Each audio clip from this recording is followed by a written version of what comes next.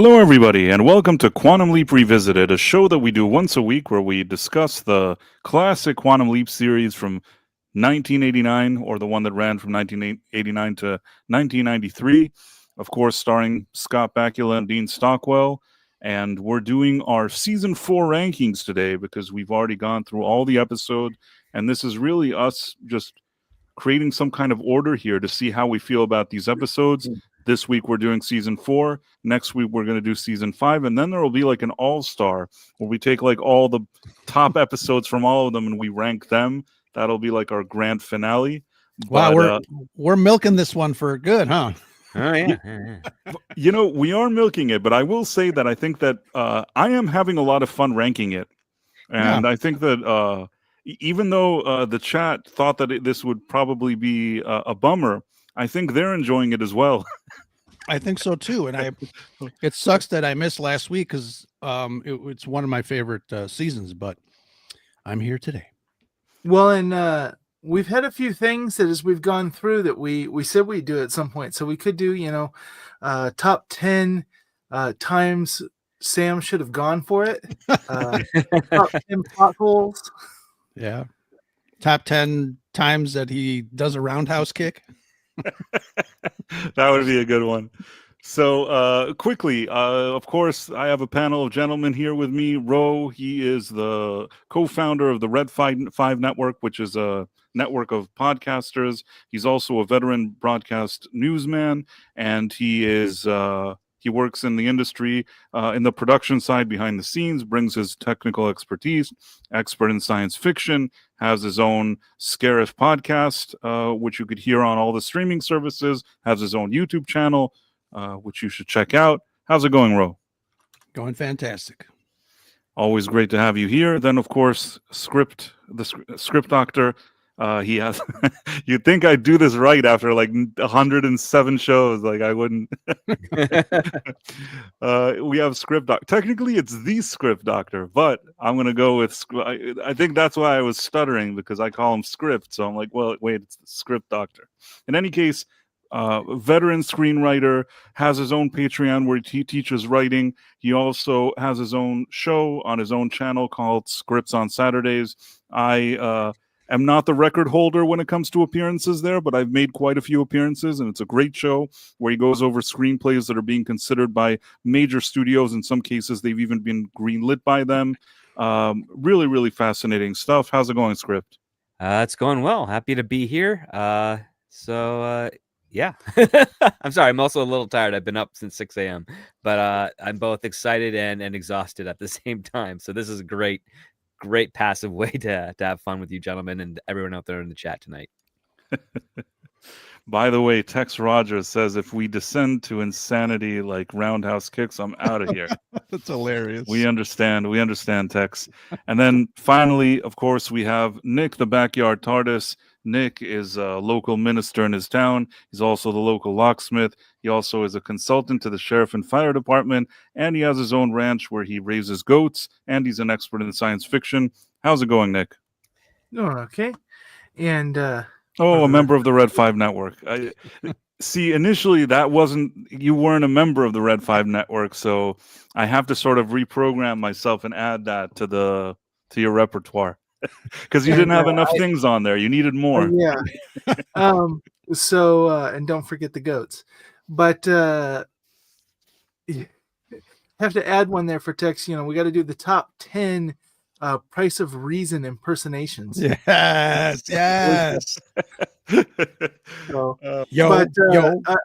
doing good. I just dropped my family off at the airport. They're heading out to visit grandma, and I just got a text from my 9-year-old daughter that she's upset because the plane pulled out of the spot and then just sits there. Yeah, she's disappointed. She's like, we're flying, and nothing. At least it wasn't canceled. Your family's out of the house and you're still streaming from inside the van. Yeah. I don't have a place set up in the house to stream. It's already a tradition at this point. If you wasn't in the van, it would be weird. But I also it's funny though. Hopefully they can come back next week because they got a notification that their return flight might be canceled because the TSA is going to get laid off. Right. Wow. Yeah, it was like because of the government shutdowns. They're like, Southwest was like, well, maybe you'll be able to fly home. Incredible. Wow, that's a quagmire. By the way, we can do the top 10 times that Tex got annoyed with us. That could be a stream Oh, too. good. Yeah. Perfect. And I feel like there's so many times to choose from. There's at least 3 talking about Taylor Swift.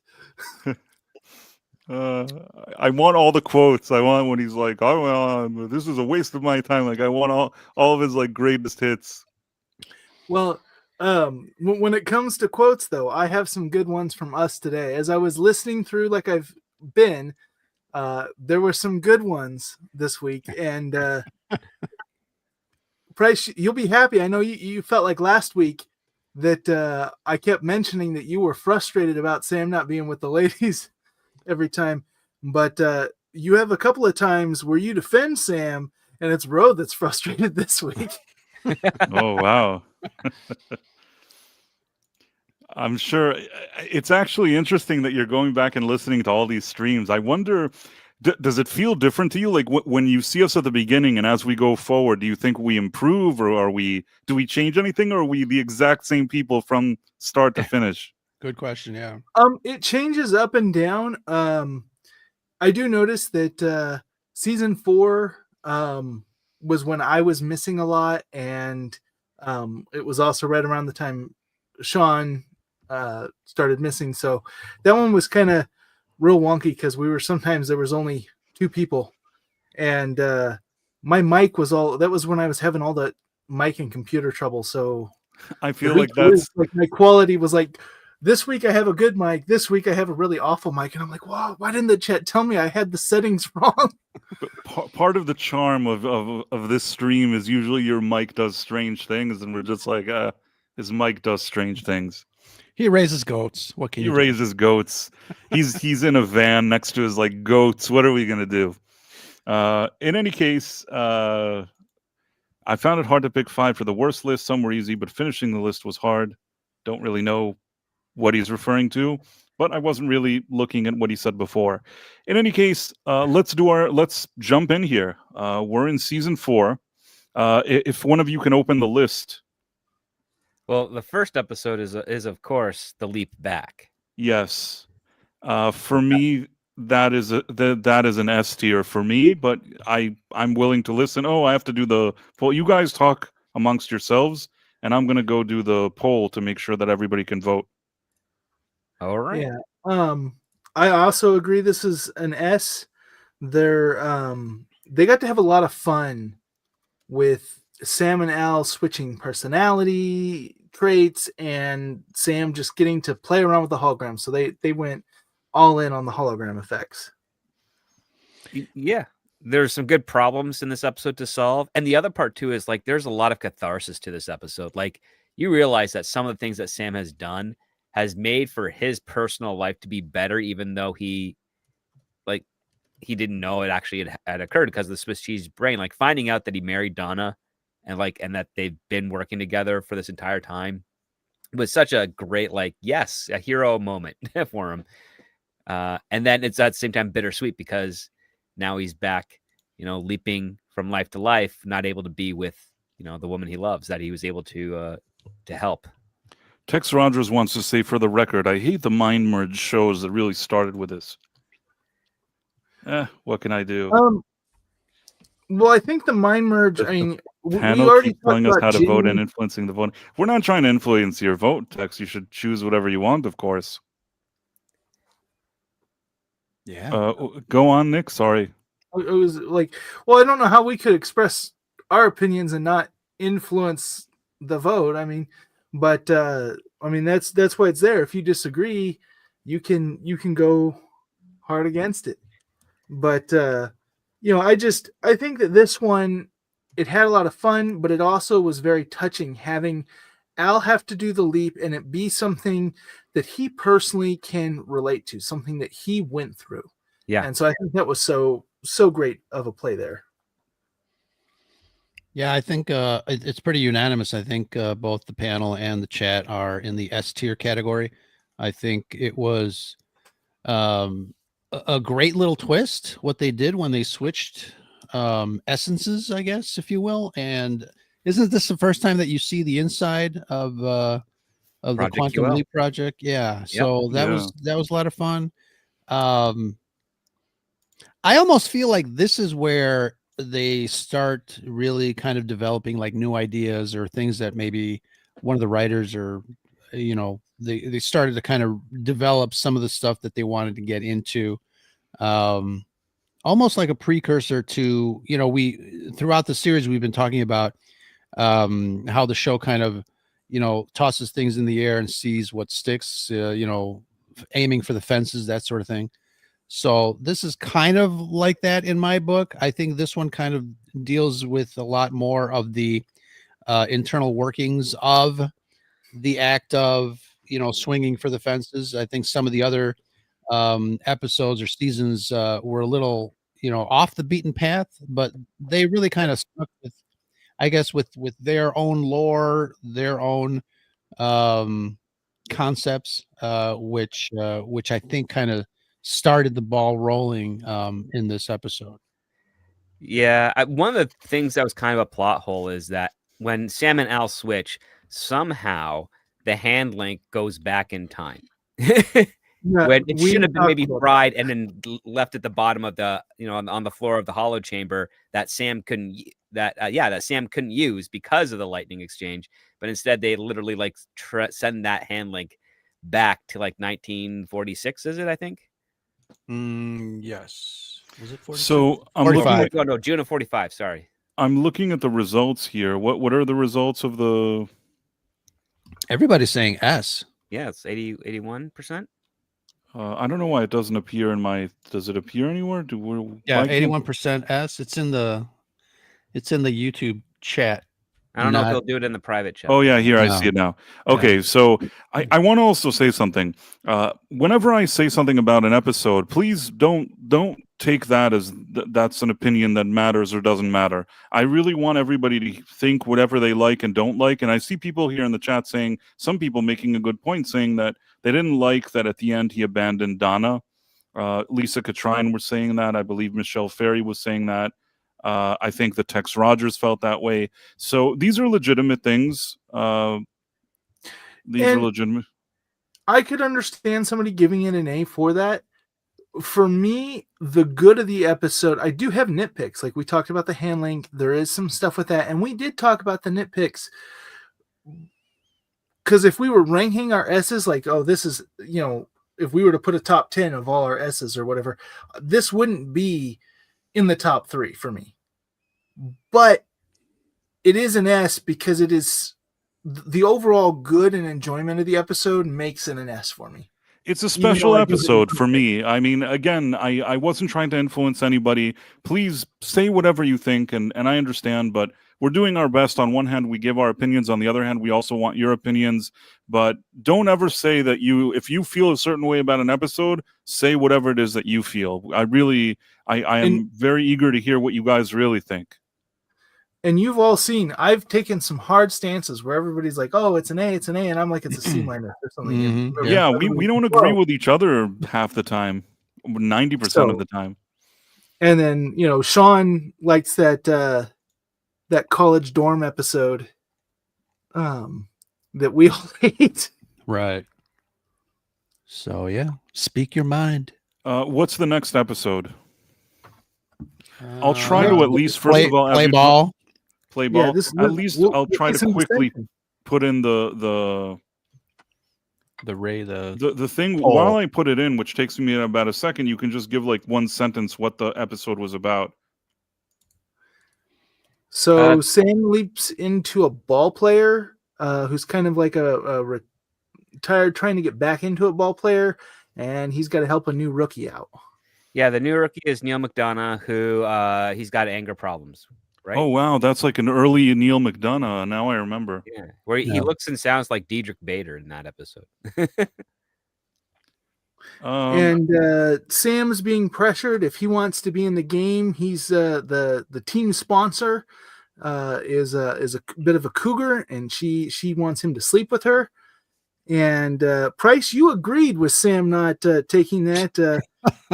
He that said offer that for some reason he agreed with Sam here, but Ro says he thinks she might have had tricks. And we all know that tricks are for kids. Oh, not in that sense, bro. That's bad. I think it was important that he remained professional in this case, from what I recall. That's just based on my recollection of the whole situation. In any case, I put in the poll, and I guess now, I remember it being a decent episode. I don't think for me it's not like an S or anything. It's something probably around like a B plus ish. Yeah, that seems about right. I Yeah. gave it an A-. I remember when in the discussion, Ro really didn't like it. Yeah. And I think I blocked it out because I'm looking at some of the images and the pictures and I'm reading the discussion. And like when I don't like an episode, I forget it and I kind of wipe it from my memory. And I'm thinking maybe I wasn't there during that Do you episode. remember the mariachi band, Ro? Or the guitars and all that? No. So part of the plot is she fires them for not sleeping with her. She kicks them off the team, and then the coach fires the other guy for having a hot head. And then because immigration comes and gets all the Mexican players. There's something like that, yeah. So then they have to hire him back because they don't have enough players to play. Right. It's kind of ringing a bell. Yeah. There was something like that. Yeah, there were a few that were that didn't have their papers, and somebody came and took them. That all happened. You're right. The dad too. So the rookie that was like he's kind of a mouthful and all that is he's had no father figure because his father became unemployed, and I guess his granddad when that happened had I got to be careful. I don't want to do it to Price again, but he had taken care of himself. Right. And so, but this guy couldn't, so he just like abandoned his family, but then he became okay and he got a job, but he was too embarrassed to go back. So Sam has to go and convince him to come back and watch his kid win the game. And yes. It was all right. The chat 50% gave it a B. I think that B is fine. I think we were all okay with B. Yeah. I'm okay with B as well. I gave it a C, but I hardly remember this. And I'm looking at the credits. There's no Mexicans in there. There was. I don't know if they were really Mexican, but there was something there with the Mexicans that were arrested. But I shouldn't say Mexican. They were. We don't know. We don't know where they were from, but Latin America. They could have. I thought it was suggested that they were from Mexico, but you know what? I haven't watched that episode in a while. They could have been from Cuba or somewhere else. Yeah. In any case, Cuban mariachis. Come on. Well, I don't know. I was joking. They're not a mariachi. They were just the guitars, and the guy kept telling him, "You can't bring the guitars on the bus." And they're like, "Oh yeah, I kind of remember that." Yeah. What's the next episode? Because I want to put it in the poll already. The storm. Hurricane. Oh yeah, hurricane. Right. Yeah, I knew it was a precipitation of some sort. You were close enough. Everybody would have known, even if I would have written that. But this one I can't remember for some reason. I actually do remember it. It's not an S tier for me, but I remember rather liking it. I mean, I didn't dislike it. It's something that he's a sheriff. If I'm not mistaken, he has an ex-girlfriend that still has the hots for him, but he's now with another lady. And then there's something going on with the town that she's sort of she's trying to actually, I think, kill his current girlfriend using like the hurricane as a pretense to trick the other lady. So what we have is it starts off, he's helping his ex-girlfriend evacuate. And so he sends her off on her way, and then he tries to get this group of people partying to evacuate. They won't evacuate. Oh, that's right. Then he gets to the house. Al tells him, your girlfriend is going to die. Well, we don't know who does it because the storm covers up the murder. And they have to evacuate to the safety of her ex-boyfriend who's abusive. And so they have this whole thing of who it is, but the funniest part in this whole thing is when she shows up, the crazy ex-girlfriend, and she looks crazy and creepy in the house. Ro asks, what was the first thing you thought of when you saw her? Price immediately respond, a threesome? That's what I said. Say, what Price means is he hopes she is a freak in the sheets as well. And then Price immediately tried to change the thing and said, Price says, "You're a minister. Let's move on." I'm so glad. I was listening to this driving. I pulled over to write that down because it's like, I'd probably laughing. I am so glad you're rewatching these because these are great recaps. Finally, somebody is recapping us to ourselves. It's kind of interesting. It's the Quantum Leap Revisited recap from my Backyard God, Tardis. Okay, so I'm ending the poll. The poll, I think that the majority of the people gave it a B. I honestly think that for me, B is fine. But what do you guys think? I think so too. I remember liking it. I think it had a really good story. I think the plot contrivances weren't super bad. I think the characters were well, played. The story kind of played out really nice. And I remember thinking, it was kind of cool, like from a production values sort of way, the storm and the damage. But I do remember kind of chuckling because they did have like some stock footage of course, some storm somewhere. But it's kind of funny to see that. But yeah, I remember liking it, and I think a B is rather fair. Script. Yeah, I'll defer to the panel in the chat because I still cannot remember this. I give it a B plus. We did have some issues with Sam not having a sense of urgency with the storm, and then there was some wonkiness going on with chasing the cat and dog around. Oh yeah, at the beginning. Other than that, it was pretty good, and it was a really powerful ending when his girlfriend is studying to become a psychologist, so she helps his crazy girlfriend get over wanting to murder her. Yeah, there's something like that. I think B is fine. I'm going to go with B, and I suspect that this season is going to have its fair share of Bs. I feel like this was a season that the baseline is decent. I think that there's more decent episodes than, let's say, stinkers, but at the same time, I don't know if there were enough like peaks as if I'm looking at season 3. But we'll see what happens. What's the next one, Ro? Justice.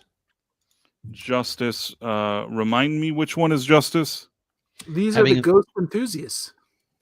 Yes. This is the yes. The ghost enthusiasts. The ghost enthusiasts, that's right. The ones who enjoy wearing hoods.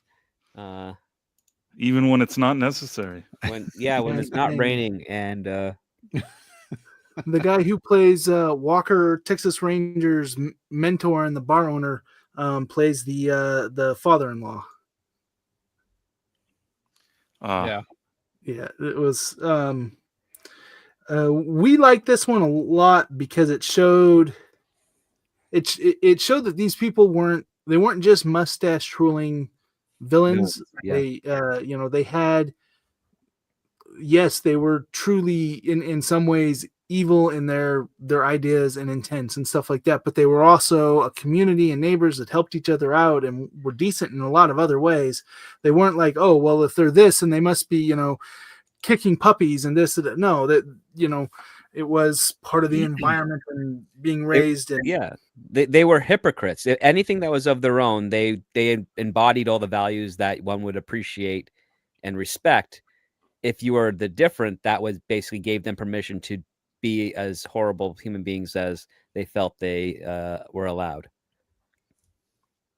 Yeah, I gave this one an A+. Let's see what's going on with the chat. Chad is giving it it's tied between S and an A. I'd say that's pretty good. Yeah, that's pretty accurate. Yeah, I'll give it an S. I've said maybe I said it during this show, but I might have said it during the Driving Miss Daisy one version of the Quantum Leap episode. But I really like when they tackle these types of issues in any sci-fi. Like the concept of prejudice and bigotry to me is fascinating from a perspective of one human being treating another human being like what they do. It's so odd to me, and I like seeing how the dynamics of this type of storytelling kind of plays out, because obviously it's a story that kind of teaches a lesson, but the difference between how they did it back in the day to now is vastly different. But I think this story worked really well. The acting was really great. And I remember watching this episode kind of on the edge of my seat because of the scenario and how it's introduced. So I really, really, really enjoyed this episode. S for me. I concur. This is an S episode, especially some of the stakes where Sam gets tied up, and then he's also trying to teach his son not to embody the things that are really horrible out there, and then of course him defending their housekeeper. I mean, all great scenes that really showed not just Sam's character but just human decency. Right. So row S, script S, chat S. Nick, what did you say? I said A+.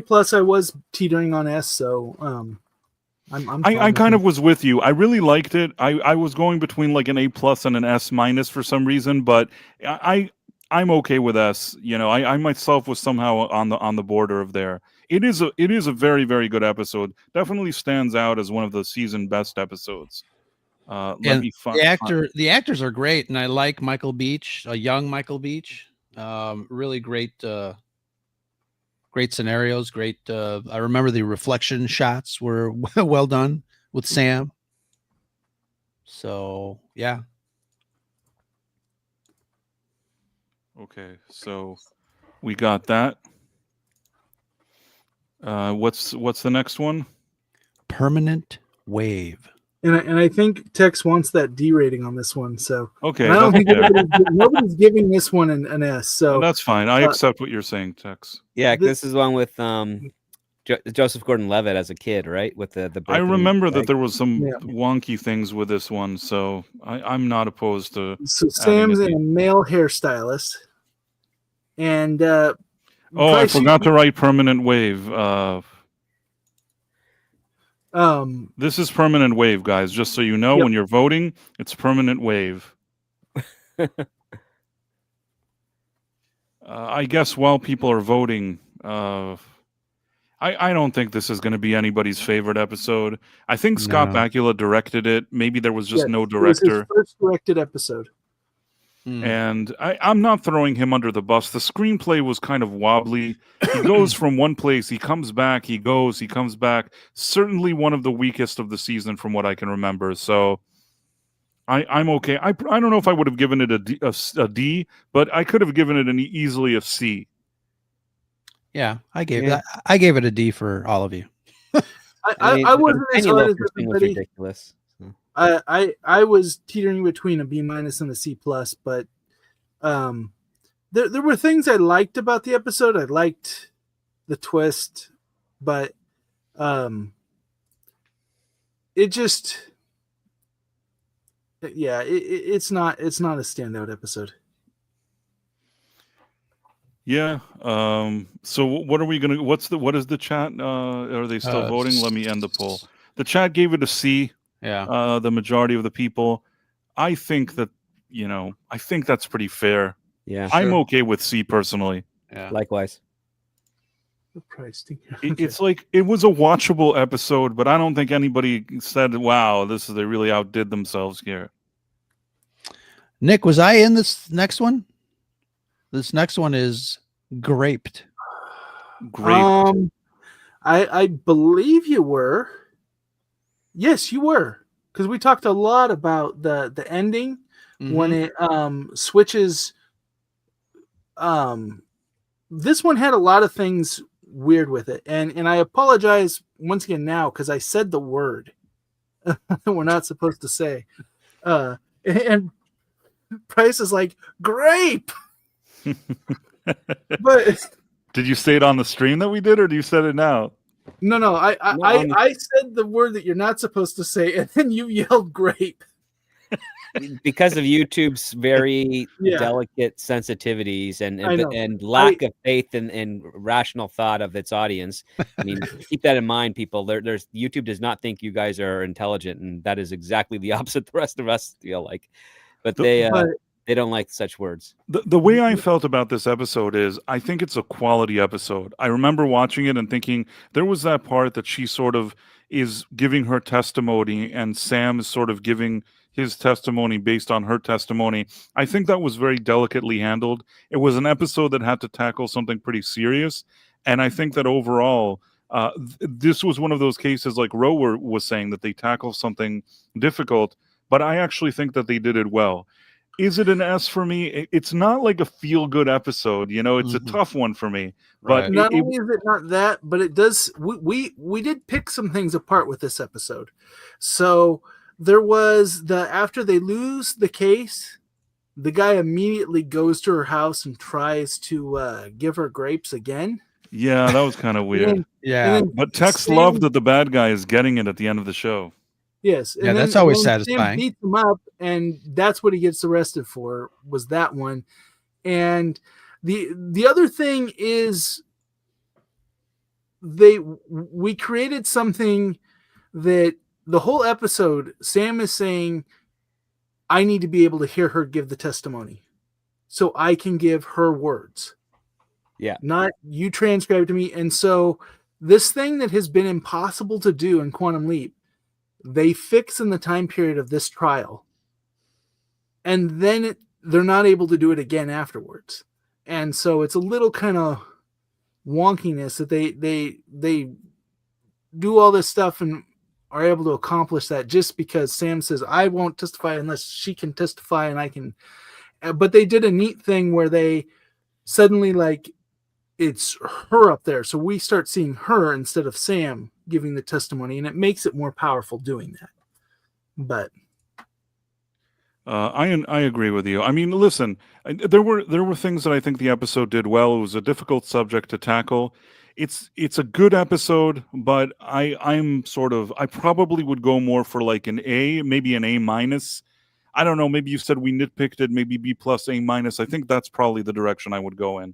I gave it an A. I mean, we also praised it. But there were things that we nitpicked it. It wasn't an S. Did we finish the poll? What did it Yeah, come yeah, out? Okay, so looks like the B. majority. Wait a second. What did the majority? Grapes got 41% gave it a B. Yeah, that's good. So what do you guys? What's your row script? Yeah, B is good. B plus, Grip. A minus is perfectly fine for this one. Nick. I was an A, but I'm fine with a B. I had nitpicks, but I also thought it was very powerful and it spoke to the subject. But it also is not one. It's one of those ones where you turn it off and you kind of need a breather and Yeah, All right. yeah. Sam beating up the guy at the end just doesn't do it as much. Yeah, it's fine. You know, like I said, if this would have ended up in A, I think or an A minus or B plus, but it's okay. I'm okay with B. It's not one that I think to myself, I got to watch that one again. It's not. That's Right. not that kind of episode. What's the next one? For this next one, can you put an F on that? I know it doesn't give us an option. It's the infamous The Wrong Stuff where he jumps I into see. a It chip. doesn't give me Yeah. anything below a D, so unfortunately, we're gonna have to do it this way. So just Well, put a my poll with two vote- choices, C or D. Okay, the wrong stuff. So, if I remember correctly, and I don't know what I thought of this episode when we actually did it, Nick, you're gonna have to remind you were me. one of the most favorable ones, Ro. I Okay, probably so- didn't hate it. Did I hate this episode? I probably thought it was just whatever. I don't think that I hated it as much as You some As people did. Sean, I think, hated it like a lot. No. It was me that hated it a lot. Oh, Sean okay. didn't get to watch it. Sean didn't mind it that much. Price, you during our discussion, you were pretty hard. It was only later when you were harder about others, and I would say I hate this one more, that you seem to get more and more soft on this episode. But at the time, we really, the thing is one, Sam didn't fully, Scott Bakula didn't fully commit to moving like an ape or anything like that. When he walks around, he walks like a normal person. The other thing is, though, on the other hand, they did a lot of things that were denigrating to the Sam character and by extension Scott Bakula. They didn't need to have scenes of sticking a thermometer up his butt and stuff like that.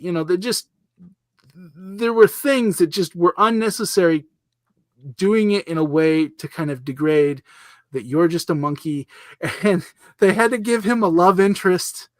Yeah, and I think that was by design, obviously, because we needed to feel compassion for Sam as a monkey, especially because of how the episode ended.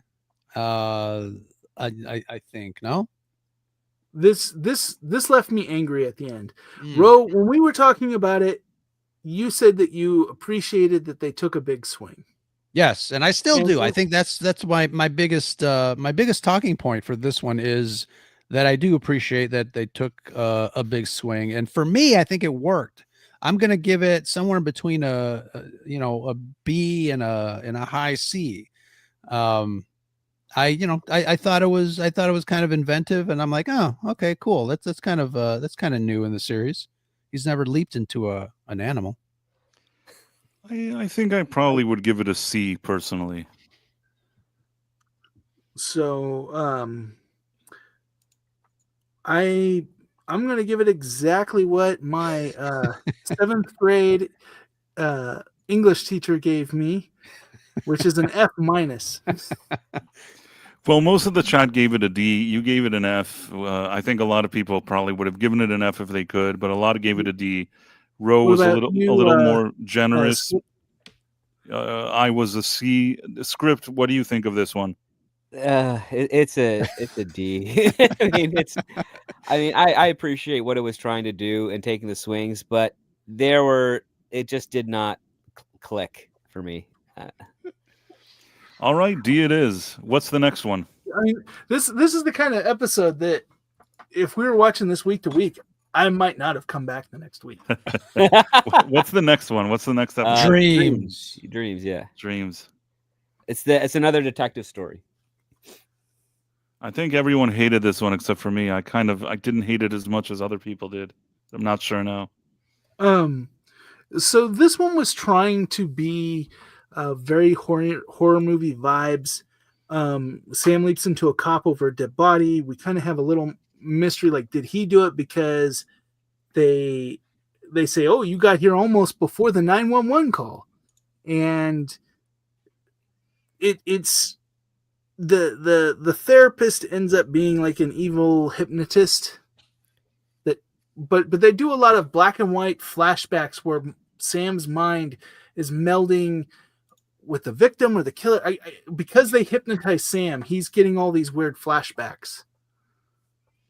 I see. In black and white of the murders, and so it's weird.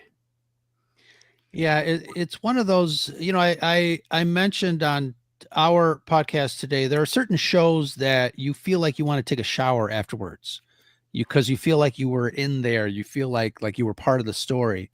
And this one I kind of felt that way, especially because of the use of the flashbacks, and they were very rough and graphic, not visually, but I think, they say that when you imagine something, it's a lot worse than actually seeing it. And I feel like they used a lot of techniques, subtle techniques, like the quick cutting and the low resolution black and white overexposed, imagery and stuff like that, you kind of fill in some of the gruesome details of the murder that he's flashing back to. And I feel like this episode is set apart for me because it is very dark and moody, almost, noir in nature. So it definitely was one that I was kind of surprised that they did, because it was so strong visually. Lisa Katrine says the voice Scott did was awful. I agree. Scott Bakula is a fantastic actor, and if there was only maybe one incident, maybe two incidents, one that he didn't love that he's a monkey, and the other thing is that this voice that he did, like, of the child, was kind of weird. I agree with you. Tex Rogers reminds people that in the episode that we see how he leaps into here, and then the next episode they did like a completely different place that he leaps into, which is the only time that happened. Mm-hmm. Also the mind merge. But Julie Evans says, strange episode, but I liked it. Okay, B tier. It was a weird one, Ishmael. I think that and Rhonda Nefero gives it a B. I think that there was Yeah, the childish voice, Matthew. I understand. But personally, I didn't hate the episode. I like that they were trying to do something different. Probably a B for me. That's what I think. But how do you guys feel? Ro, what do you feel? Script? Nick? B. Yeah, B. in between B and C. I'm a C minus. I really hated this episode. On the other hand, Sean liked this episode. Well, he liked kind of shock horror stuff. the chat is generally in a B. That's like what's going on with the chat. And Tracy Alexander, I remember heavily disagreeing with the panel on this one. I liked the change, hated the voice. I think nobody likes the voice. No, But yeah, We were pretty negative talking about what did the chat give it again? a B. A B. And I was okay with a B, and only Nick, I guess, wanted a C, but Sean said he liked it, so I think we're gonna go with a B. Mhm. And this also it strengthens what I said, that I think we're gonna see a lot of episodes in this season that are a B. But Sure. having a show that always delivers at least a decent episode, it's not a bad thing. And it's rare nowadays. Right? It is rare. What's the next episode? A single drop of rain. Oh, Fontgate. that's Fontgate. Yeah. Oh man. Oh. This one was really interesting because it Strange got us episode. a lot of discussion, because in some ways the episode is fun. Sam's musical number is great. The conflict with Sam's character that he's left into and his brother, the guy who's like his apprentice and helping him get back on the right track and not being a snake oil salesman. The thing of faith, but we did feel like it was a little flip-floppy of what, like, Sam's like, I can't take your money, and then at the same time, I'm gonna make it rain, was a little weird for us. So we felt like the script kind of needed a little tightening up, and it really made me think of what kind of guy that Sam leapt into, because it's one thing to be a guy that preys on other people, but to go back to your small town, hometown community, and you're going to rip off your family and friends and neighbors that you grew up with. That's some really, that's cold. Yeah. yeah. Mary White enjoyed this episode. It's the presentation and everything is enjoyable, but there are a lot of stuff that doesn't make sense in the script and the motivations, but it does have a really powerful thing that when Sam does the things that they're supposed to, and then he prays, and then it starts to rain, and we know from history that Al says it's not going to pray or rain for another X amount of, like, another 10 months or something like that, and then it does rain when he prays. So that was an interesting bit. I gave it a B minus. What does the chat say? Let's see. And poll, I think it's a tie. Yeah, A and B. Ooh. They're between A and B. I personally am more of a B. Ro, what are you? Yeah, I'm a soft B. I remember being okay with this episode. I didn't like the whole snake oil salesman storyline, and they didn't say what happens at the end. He just kind of, they're like, oh, Sam, you're leaving, bye, and like they never say what happened to them. Like, he came, the wife was with him, he wanted to leave with him. Is he staying in this town? Is he leaving? There was so much up in the air that they. Well, at the end, he fixed the relationship of his brother and his wife. That was what he was there to do. And only after, because the whole time he's like, I got to make it rain. And after he did that, he had a good fight out with his brother, and he got his brother, who was pretty much emotionless. And that's why his wife was not happy, was because he wasn't expressing his feelings. He knew that she really loved his brother, but his brother left town. And so she married him. And he wouldn't express to her just, any passion, any emotion. And so he got his brother to basically get in a fight with him over her. and then it's after that he causes the rain. I see. Well, I'm okay with a B. Ro, what were you? Were a B? There was like a B script. What were you? I'm a B+ on this one. And Nick, what were you? Good acting and emotions, but it was just it was missing. I was the B-. I think that there's a pretty B feeling here, and I think that's fine. B, and again another B. This is like the season of Bs.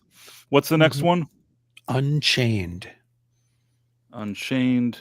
Or Unchained Melody. That was something that we were curious because on some places it gave it that, but the title in the episode is Unchained. That is true. That was very important that we got to the bottom of that title gate. Title gate, font gate.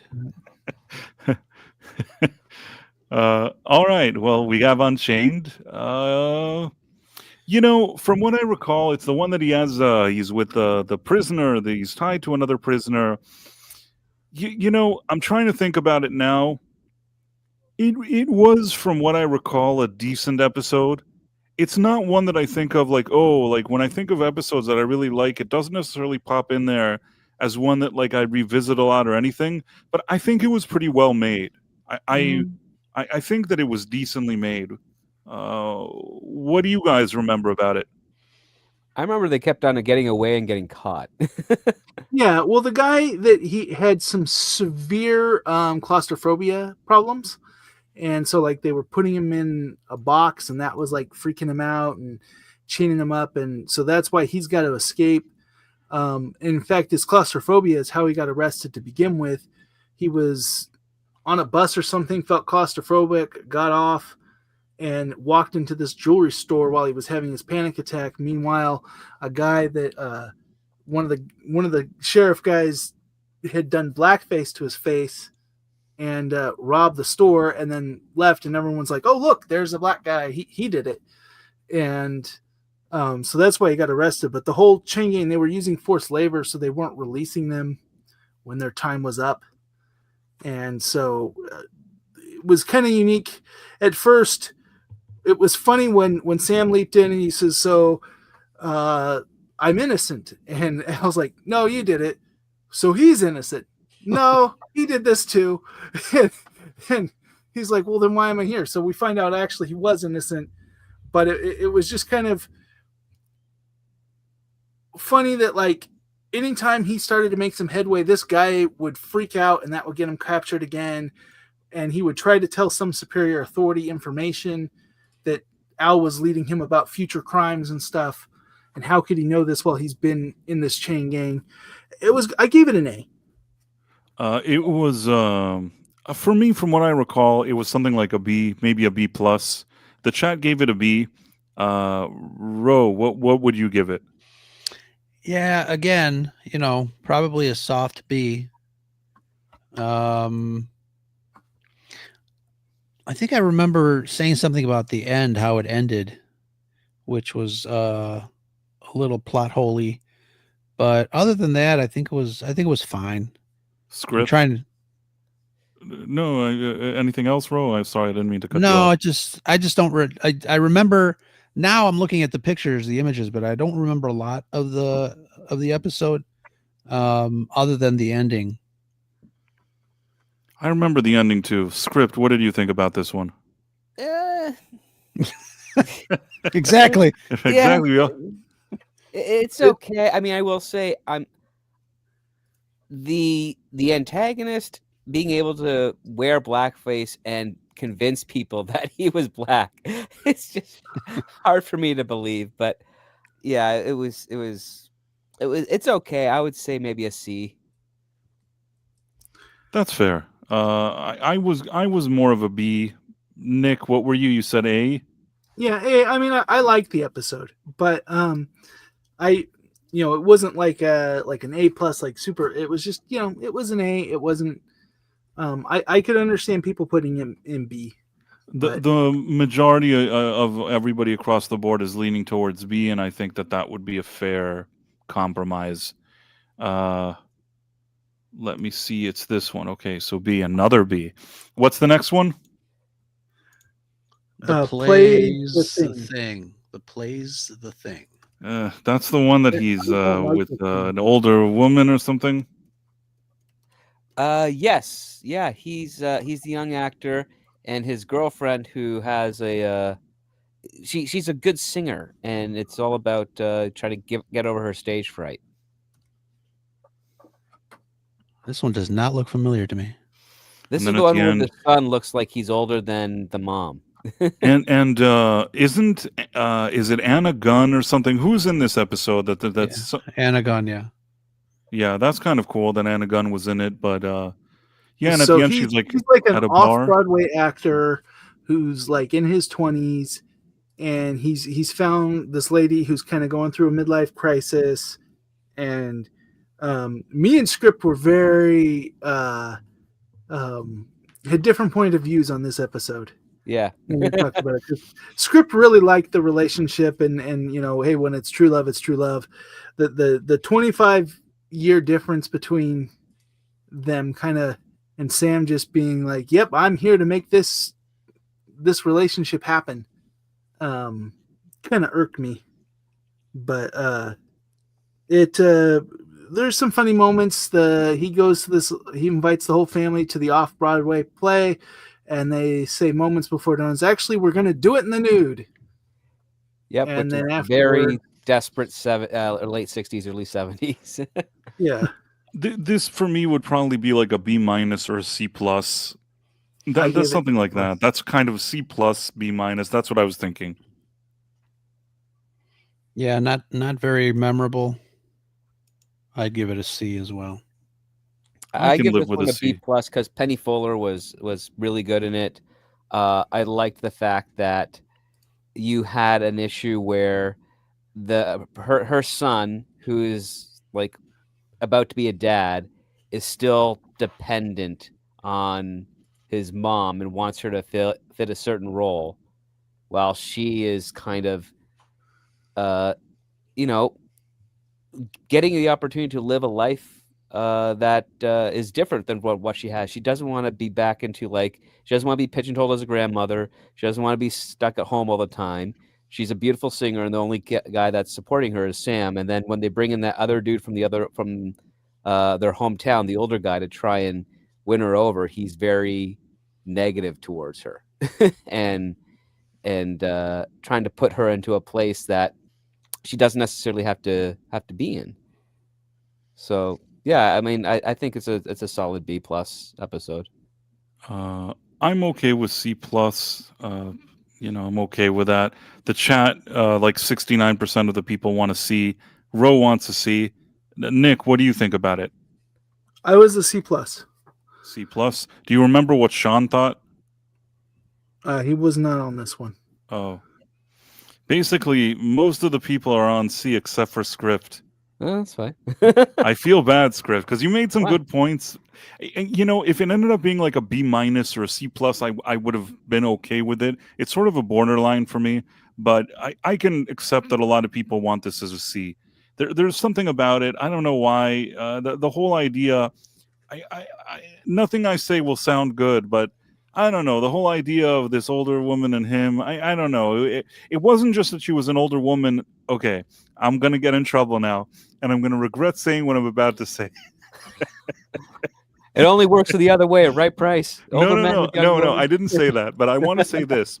If it was a situation that she was, let's say, 10, 15 years, the age gap, from what I remember, between him as this very young actor and this lady was really big. It was like decades.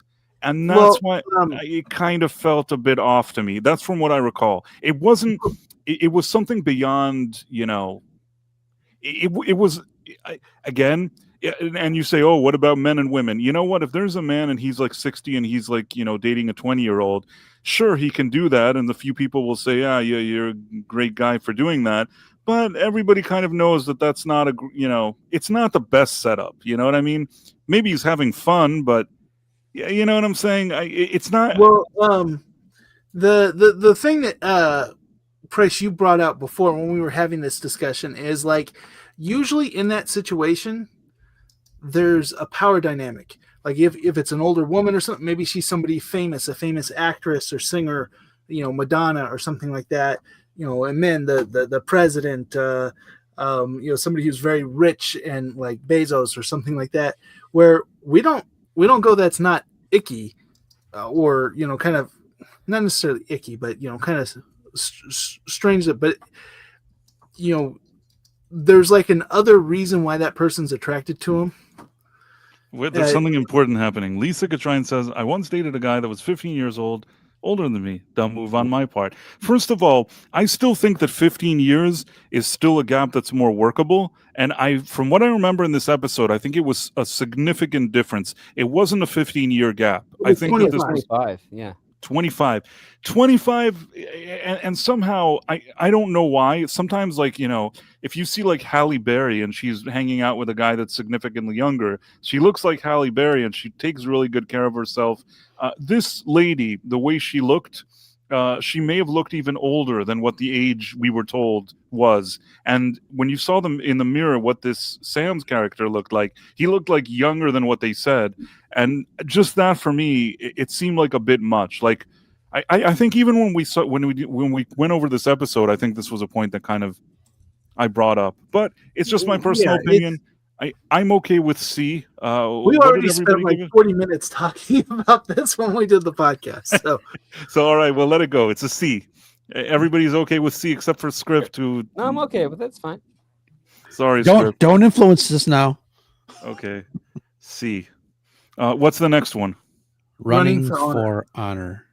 This is another one of those episodes that has obviously a social message. It's the Navy school one, right? Yeah. Mm-hmm. He leaps into a Navy college, must prevent a gray fellow classmate from being killed. Oh, yeah, and he also thinks that maybe he's gay because the girlfriend is... And he does a roundhouse kick. Yeah. Yes. So this will go on the list. I had issues with this one simply because of Sam and Al felt off for me in this episode. Al was taking a hard stance against it when in every episode he's pro save the earth, pro rights. He's been shown to be very liberal, and then he was very against this. Now he has a military background, so I could be okay with that. Sam being freaked out about being in the military, and Script did kind of make some counterpoints to this, that it's a military school, it's designed to strip you of your personality, but the fact that he's lived into places where he's fought in wars, he's been in the military multiple times before, but this time, like, he was like, I gotta get out of here, I can't be in the military. Felt weird kind of subplot. Yeah, because this is more like you're in the more of the training session, as opposed to like the other times you see him, he's in war, he's in a hospital. Like he's stuck in a position that doesn't usually require as much discipline or chain of command. Like when you saw him in the leap home when he's magic, it didn't really feel like much of a. It was more like a fly by the seat of your pants. There's some fun aspects to it. There was a chain of command, but it was not nearly as strict or as domineering as what we got to see in the school setting, where there's like the consequences are different, but for whatever reason, it just really did irk Sam that he was in a position where he had a lot less agency than compared to when he was in either military hospital or out in the field with his fellow soldiers.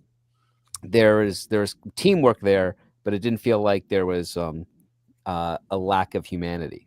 And in the school part, there's a lot of lack of humanity here. Well, the chat is split. We have 31% A, 31% B. Personally, when I think about this episode, I think that this was a tough issue to tackle, especially it was very hot topic at the time. I understand, I can accept what Ro is saying, that they kind of made Al act a little uncharacteristic and things like that. But I think that the idea was they were trying to create the type of dialogue that people were having in the country at the time, whereas some people were saying what Al was saying, and some people were saying what Sam was saying. And one of the reasons that I will say something good about this episode is they didn't just flat out make them both jerks one way or another. They had them kind of having the kind of conversations people really were having. And having this guy in the 60s or 50s or whatever it was, where it's a lot more difficult to be in that category. I thought it was interesting the way they tackled it, and I'm sorry I have to bring this up because they tried to do something similar with Transformer person. They tried to do it with a Transformer teenager in the new series, and that one was the exact opposite. There was no dialogue. Everybody had to agree with the talking points that were given to them by whatever. It was like a literal activist wrote and directed the episode. They were given talking points. They had to read the talking points. It was almost like a lecture. So when I look at what they did in the new one, and then I look how they tried to address something that's sort of in the same direction, but in such a subtle and thoughtful way, I actually do like the episode. It may not be an S tier for me, but personally, I would have been okay with like an A minus personally, but that's just me. What do you guys think? Script? Sorry, Ro. Yeah, B, C, somewhere in there. B or C. Script? B plus for me, I think. Yeah. And I was at a C plus, maybe B minus. I like how they tackled the subject. I just didn't like how some of the plots with him being locked in the room and having to, some of that I felt, and just kind of some of the stance that Sam was taking, some of that I didn't like, but how they handled the actual subject matter I thought was good. So I think B is a fair one from what I saw from the chat and what we were saying. I guess another B to our list. What's our next one? Temptation Eyes, starring Tamilyn Tamita. I don't want to spoil it for Tex, but I like Tamilyn Tamita. Spoiler. So do I. Yeah, this was a fun one because she could see Sam, so to speak. Yeah, and it was something that we hadn't exactly seen before, and they managed to do something where like, oh, that's kind of unexpected. Yeah. But I don't want to influence Tex Rogers. I want him to, say whatever he feels. This one was good for me too, since he leaped into a television reporter, and I got to compare some notes and made sure that they were kept honest with the technology there. I missed this one because I was taking my wife to the airport. She got an earlier flight this time, so I made it. But the thing that we were a little confused about was how the first call was a copycat, and how did he get the call? Because the serial killer had been calling him, but then we figured that it must have been because they were trying to make it look like that, and so that was one that I chatted that in because there was some confusion about that. But I think it's a fun story. It's a fun story. I gave it an A. I think that A is pretty good, and I see the chat gave it an A. I think that A is fair. It's not one that I stop short of like S, but I would even give it like an A plus. I really enjoyed it. I like Tamilyn Tamita. I like that she could see him. I like that there was a bit of a mystery and the guy, who done it kind of thing. There was some crime. There was some stakes. It was a good episode. It's definitely for me like an A plus. And if everybody would have voted S, I would have been okay with that. I wouldn't have gotten upset. But it's not an obvious S for me. But Ro, what do you think? Yeah, I give it an A. I really liked it. Overall, on all cylinders. So A, the chat gave it an A. Script, what do you give it? Oh yeah, I give this one an A. Interesting aspects to the premise. Great setup. Good payoff to the reveal of the killer and the motivations. It clicked pretty well, but wasn't quite S tier. Nick, what do you think? A. A. Well, that was one of the more unanimous ones we've had all evening. So The Let me Last see. Gunfighter is next. So this is it. The Last Gunfighter. Let me put it in the chat. Sean liked this one.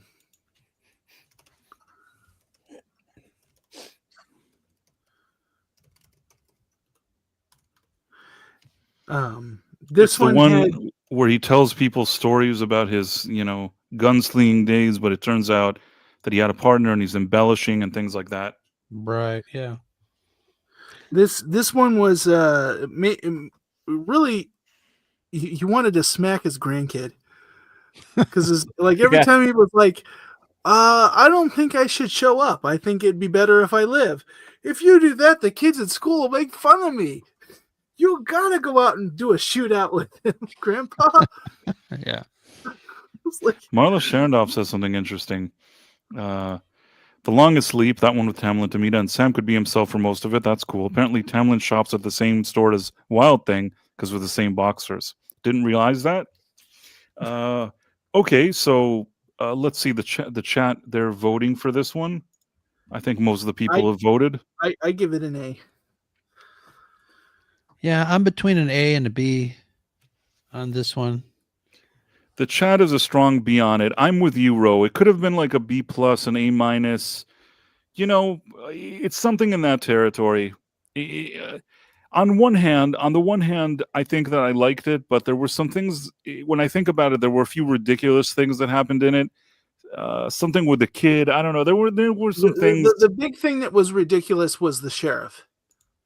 Right. Because while these guys were from an age when you could shoot out and stuff like that, Right. we're talking about in the 60s, even though it's in a small town in Arizona in the 60s, the fact is they're actively talking about killing each other, and the sheriff starts taking bets on who's going to win instead of arresting him. I was going to correct you and say it was 1957, but still the same applies. Well, the same thing. I mean, again, I think depending on the state, I think a governor is the only one that can arrest a sheriff if a sheriff commits a crime. Like But they're not the sheriff. It's the sheriff taking, like, why doesn't the sheriff arrest them? Because he wants to make money. Yeah. So what are we giving it? The chat gave it a B, really hard B. Like most of the people gave it a B. I think this is a B plus. Yeah. I think it was a B plus. I was okay with B plus. Same. Nick, I gave it an A, but I'm happy with a B. I just gave it an A because I like the old West setting. Right. That's cool. What's the next one on our list? A song for the soul. For the soul. Oh yeah, this is the like the Supremes or something. Yeah. I don't want to say anything. Scott is back in a dress. Yeah, but we liked a lot about this episode. In fact, Ro, you commented that for most of it, you forgot that he was in a woman. Because I think that this one had some heart. The Yes. thing with the father, the thing that was going on here, I feel like this story had heart. Out of all the ones that he leaped into a woman, this one had a little more heart than a lot of the other ones, in my opinion. We mostly were positive about it, with the exception of one of our chat members, Tex Rogers, did not like this, and it makes me really interested because I do want to find out at some point what kind of music Tex like, because anytime we have a music episode, Tex is very negative on it. So, these young women were making bad choices. They were walking in bad neighbors at like 1 a.m. or something like that, and They were underage. Sam has to go in and beat the guys trying to prey on him up. But there was a lot of good talk between the father, who was a minister, and the daughter, and kind of he was being a little too restrictive, she was being a little too rebellious, and kind of Sam being the friend there trying to make it meet the middle. Yeah, I thought it was pretty good. Yeah. It seemed like a good episode. I think we were overall pleased, maybe because it had, like I said, it had heart. I think there were things that we could have nitpicked about it, but there was something about the daughter and him trying to protect his daughter and things that went on here, and even at the end, them singing together in the church. There was heart to this episode. That's what I can say. That's what I remembered about it, and that's what I remember now. And again, out of all the ones that he's a woman, probably one of the better ones. Yeah, I agree. The chat gave it, I believe, an A. Majority gave it an A.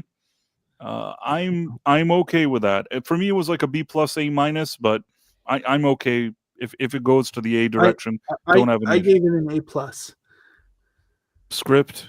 Yeah, I give this one an A. It was a lot of fun, and also a great villain in the episode too. I love the scenes with Sam and the girl's father. I like them too. Ro, what do you give it? Yeah, I give it a solid A. I like this episode. Okay, so I think A is fair. Let's see. Ghost Ship. The Bermuda Triangle episode.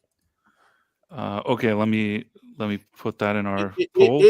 It tried to be serious, but at the same time, it came off more like Airplane. It wasn't trying to be Airplane. Trying to see if I can remember this one. It's one that they're like the whole time he's on a plane and they're in the Bermuda Triangle, and there's a pilot that he's going through this kind of weird PTSD, and then there's some spooky stuff towards the end of like, oh, maybe you saw something. They had to throw the chairs off of the plane. And yeah, there were some weird things here. But you know what? The best thing that came out of this episode was, what is it? Price of Reason trying to describe to him what a douchebag is. and I could swear, when you listen to his voice, I almost see the eyes dilate on your little puppet.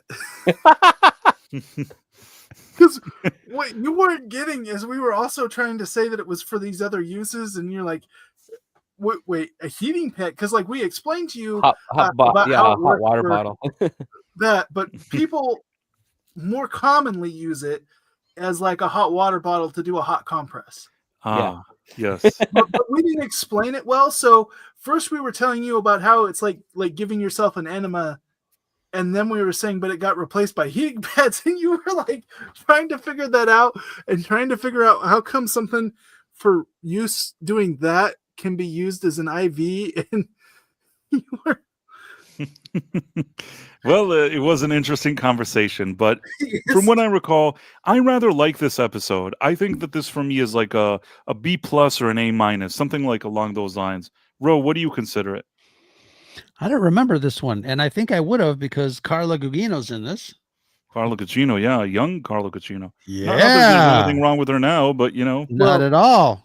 She doesn't look the best through a good portion of the episode because she's sick all the time. But you could tell she's still a nice looking lady. But it was just kind of funny because Sam has to pilot because the pilot's a survivor from a Bermuda Triangle ship that went awry, and so he's all flipped out. So he's got to be flying the plane, but he's also the one with medical experience. So he's got to be administering to her because she's about to have an appendix burst or something like that.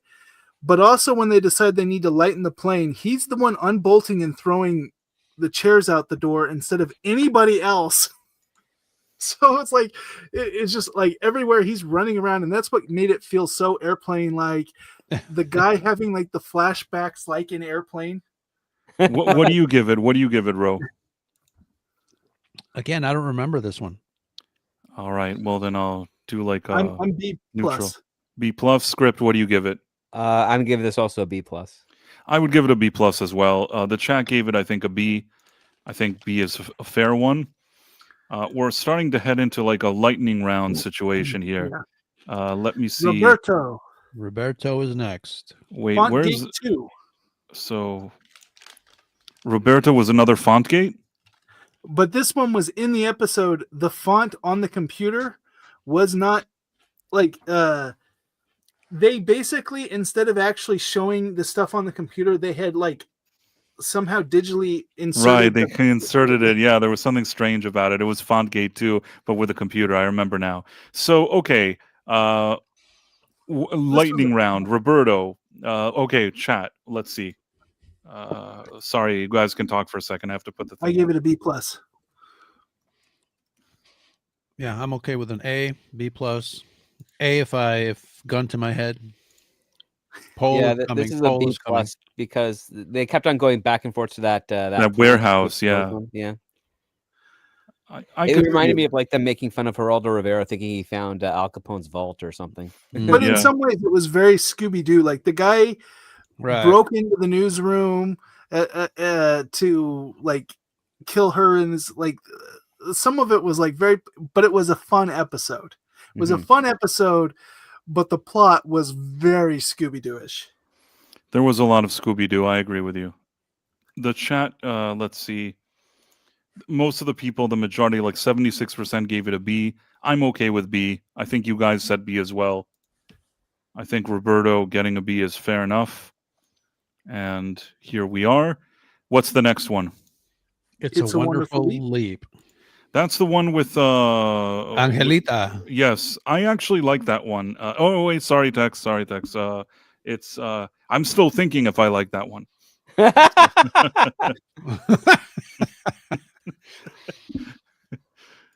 I have no apologetics. It's an A for me. I am not.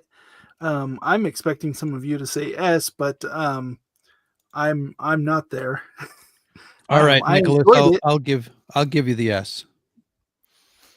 I'm okay with an A. I would even give it an A plus. Like I like this episode. This is a good episode. It's an A for sure. A plus even. Yeah, definitely an A plus. S minus at the highest. S minus at the highest. Yeah.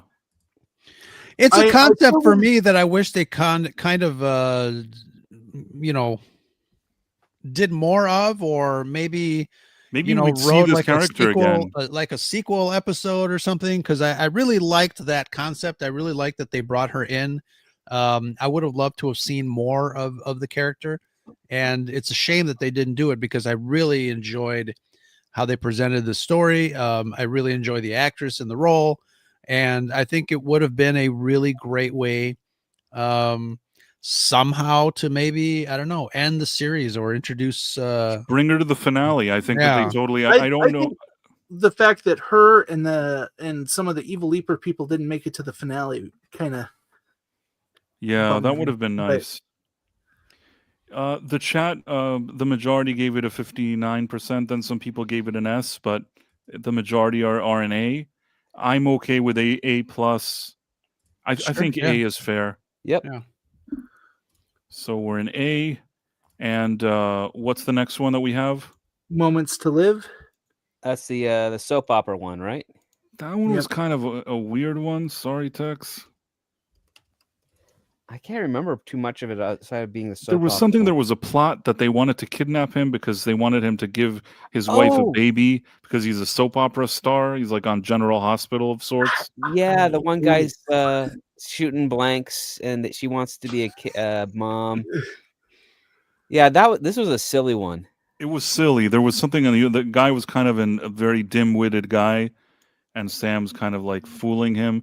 I don't know. It wasn't. I don't remember now how I felt when I watched it, but I can't imagine that I would give it more than a B minus.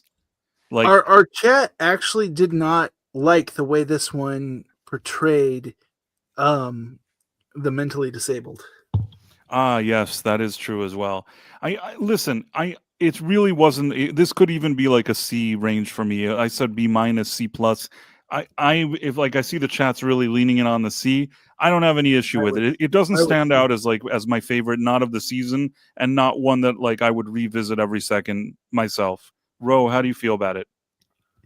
I give it a C because I don't remember it. Okay, fair enough. Script. I give it a C because it's on the more ridiculous side of the Quantum Leap episodes. But yeah, it's not one that I would recommend to Nick? people big after thing the that- first episode. We talked about and we got sidetracked talking about Tracker because of it, but Sam at any point could have just roundhouse kicked his way out of this. That is true. Yeah. Now I remember that was annoying. What would you give it, And- Nick? He played the victim. I was a C. C. I think everybody's a C. Everybody's cool with it. What's the next one? This The is Curse- the Curse of Ptahhotep. Hotep, I think. Yes, the one where they're in Egypt. Mm-hmm. Directed by Mr. Napolitano. Yeah. There was a lot of fun in this. It just gave a lot of, Indiana Jones, the Mummy. A lot of dead people. Yeah. Yeah, a lot of people died. That was another thing. Like, to make the story work of the curse, you had to have that. But I always have a little bit of an issue when Al fails to save other people, as if somehow their lives weren't important enough for him to be there for. But which is why, while I really love this episode, I gave it an A-, and that minus is for that reason. I remember liking it. I think that this was something like a B+ for me, personally. If everybody wanted like an A-, I wouldn't have fought this, but I think it was like a B+ ish because I like the Indiana Jones thing, but it felt. I don't want to say it felt a bit cheap because like they're going to Egypt, but it felt kind of cheap. But it is what it is. I mean, I'm okay with B+. Ro, what did you think about it? Yeah, I liked it overall for the reasons that you guys mentioned. I remember thinking there was somewhat of a plot hole at the end when we see the mummy, Yeah. like the mummy comes to life and kills the guy, and Yeah. Al watches and is like all freaked out. Yeah, and I remember there was kind of like a weird timing issue, and that might have been like an editing situation where it seemed like something was happening off screen, and the resolution wasn't satisfying for me because of it. I don't know, but I did enjoy it. I think I would give it like a B. All right, I think I would give it a B as well. Script, what would you give it? I'd also give it a B. A lot of fun, but yeah, they had a lot more to do in this episode than you'd expect, and I don't think they were able to pull everything off. But it was overall pretty fun. And then you had who is the antagonist in this episode? John Kapelos, who is always fun to watch. So yeah. So Nick, what do you give it? I gave it the A-, but I showed up really late to this episode. And I showed up late because everybody was praising it, and I had to give my gripes, and I'm the one giving it the highest rating now. It's a B from the majority of the people, so I'm just going to go with B. That. And then what do we have now? Stand up. Yeah. Yep. Yeah, I'm gonna give the D option for this one. Yeah. Yeah. Don't worry, text. I put C. I mean, it just, the fact that they did the comedy thing and then weren't funny. Just really, like, everything else that you could have wrong with this episode could probably be forgiven if they did some decent stand-up. Maybe. And the other thing is that Bob Saget, I know that they really wanted him to be unlikable and annoying, but Bob Saget, I think he's at his best when you actually give him a character that is likable. And the fact that he was so unlikable, even if he was trying to play against typecast or whatever, just wasn't working for me. He was like a jerk all the time, but I didn't feel it was his strength here. It was an episode seemingly tailored for him, yet somehow it was a complete fumble. And I like the late Bob Saget, but this wasn't great for him, in my opinion. And I think even the unlikable, the thing is like, supposedly he's this unlikable jerk and all this, but they didn't show like a side of why she actually loved him. Right, they didn't really show that side. And then they didn't show, like, supposedly, yeah, he's this difficult and he's all these things, yet he's booking these gigs, he's getting these things. They didn't, every time he's on stage, he's not funny. They don't tell a single funny joke, with the exception of the one thing that we thought was funny is when he delivers some serious lines after he's been pied in the face. And that was more funny than anything in the episode. And then Sam trying to pie Al, who's a hologram, those were the more funny parts. Nothing he said on stage got even a smattering of a laugh from me. And so if you're trying to believe that this guy's some hot commodity, you've got to write a good bit for him. What would you give it? This, if there was an episode that I'd ever give it like a D, this would be like a C- D+ for me. I really didn't like this one, unfortunately. I gave it a C, but it could be a B. Ro, what would you give it? Yeah, I think a C. I mean, that one episode, in the ranking chart looks lonely in the D, so I would put it in the D. Script, what do you think? I have to give it a D. It's when you're doing a set of comedians, you got to make it funny, and it wasn't really that funny. So we're 3 Ds, but Nick is a C, and the chat is all C. Well, I then the chat goes C. Yeah. but yeah, I could go D. That's the. It's just What did Sean think about it? Do you remember? Sean didn't make it on this one. Oh, okay. All right. I mean, it's really Majority a C in the borderline chat, one. so I think that makes for them. What'd you say? It's majority C in the chat, so I think that's the Mhm. determination. All right. We can give it a C. Nick gave it a C, kind of. The chat gave it a C. I could have seen this, like I said, C minus D plus. If it would have been D, I would have felt that was I justified. gave it a C, and now I'm trying to figure out why I didn't rate it lower. But I probably gave it a C because there's episodes I dislike more. Mm-hmm. But there's nothing about this episode that makes me like it. Okay, now we have a leap for Lisa.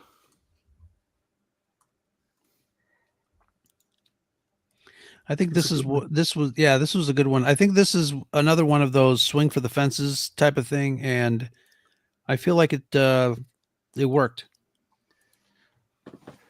The way I recall, I think that I really like the idea, and there's some moments in here that are like classic Quantum Leap. The part that Al disappears and you have like the other hologram, You have because Roddy Al no McDowell longer coming in. exists. Yeah. That is a moment that you remember in the show, and that's why the episode stands out. I will say though, especially towards the end, he's like, "I'm going to leap into myself. Now I'll leap here. Now I'll leap there," and you're like, "What?" And then he fixes everything, and you're like, "Huh?" And then the episode ends. So while I like all of the swinging for the fences, I feel like it was a bit out there towards the end, and that's why maybe instead of giving it But we also like the Terry Farrell. Yes. Terry Farrell was in it. Listen, it's not getting lower than an A for me, okay? This is like an A plus, A plus for me. But just because there was some inconsistency, I don't know what I would think about the S, but Terry Farrell is great. That if it went from A, it'll go from A plus just because she's there. Michelle Ferry says, Leap for Lisa was my first time being here in the chat. You all have made my Thursday night so much better. You all are a great group and fun panel. The fun panel, yes. A fuming, well, sometimes fuming panel because we get fuming. We fume all the time. We get a little angry sometimes. Absolutely. So what did the chat give it? The chat gave it. Wow, the chat gave it a 73%. Gave it an S. Oh wow. I'm also an S. Like the season opener, there are a few things like Al, not showing up and spending too much time talking to himself. But honestly, like the season opener, I feel like the good parts of this outweigh that. The Al disappearing there for a moment, getting to get into Al's young life and do that. Like, it's such a fun concept of Sam leaping into You Al. did use your name in this one, Lisa. I think the only weird hiccup that I had with this episode is the fact that one of Al's best friends was the one who not only committed the crime, but didn't even come to help defend his friend. Right. It was a jerk. It's and then what happens is the leap back allows Al to spare his buddy from doing the thing so that none of this bad stuff ever happens. But it still doesn't address the fact that his friend is a jerk. Revealed himself to be a pretty horrible guy. Yeah, his friend is a complete jerk. Script, what do you give it?